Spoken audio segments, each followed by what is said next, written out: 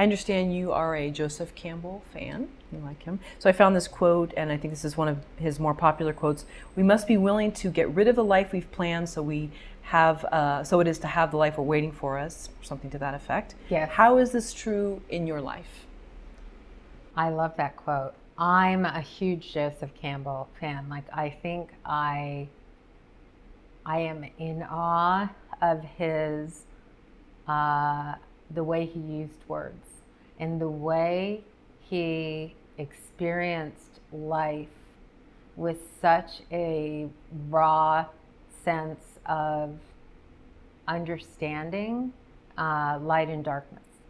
And so in my own life, I would say that the quote has to do with the present as well. Like, I think, say for example, when I wanted to be a vice president of current programming, that was a 13-year journey for me, from the assistant level to the vice president level. And I think in my mind, and this is something I work with writers on, is I was so attached to the destination that at times I didn't value the journey in the way that I could have. And I think that, when we do attach to what the future is supposed to be, then we're taking ourselves out of the present and we're attaching to something and we're not being in something. And I honestly think the greatest part of the writer's journey is learning to be in the journey versus attached to the destination. So keeping with the idea of getting rid of the life we've planned, we're in LA, and so many people, myself included, we all come here from somewhere else, right, with an idea of a destination. Yes. And I think you'd said this before, people under 30 definitely have an idea of how things look on the outside is very important. Yes. And probably in LA, it could be beyond 30 too. But yeah. When you speak to writers that are maybe under 30, I don't know how many of them are actually approaching you to look at their work, but how do you sort of guide them through that? I don't know, maybe that's not what you do, but because... No, it is what I do. Okay. I mean, I've had so many writers say you should be a therapist. And I'm definitely of the belief that if there were anything else I would do in this world, it would be that. And I think that because emotional response to life fascinates me.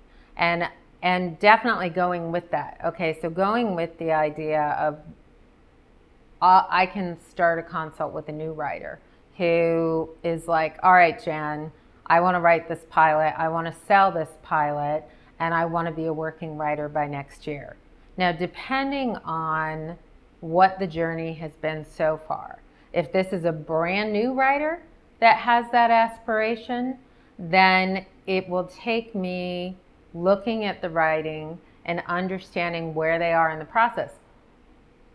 Oddly enough, I have had writers that are newer writers where they express that aspiration, and I think it could be a reality if the right actions are taken to lead to that outcome. Whereas I can work with the writer who says, Jen, I want to be in your top 5% and I want to be working by next year.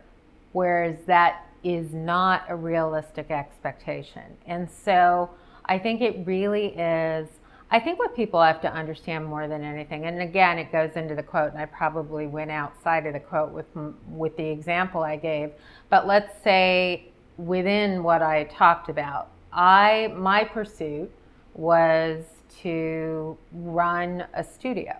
That's what I thought I was being groomed for. That's the destination that I thought I was moving toward, and my journey got interrupted. It got interrupted when my contract wasn't picked up after 15 years with 2 sister companies. So, and it was on the heels of a situation that came out of nowhere. So it was like I had 5 shows coming back. I had never been warned about anything. And then in a moment, due to a choice that I made, 15 years were gone. and I was no longer going in the direction that I thought was my destination. And that caused me to have to redefine. And many writers, I will tell this as well. I mean, you know, certainly being the writing instructor for Writers on the Verge at NBC, we have to tell the 8 final writers that get chosen out of 2,000 that yes, you made it to this point, but there is no guarantee that you're going to be a working writer. What this step does is it gives you greater opportunity to give you the outcome that you desire.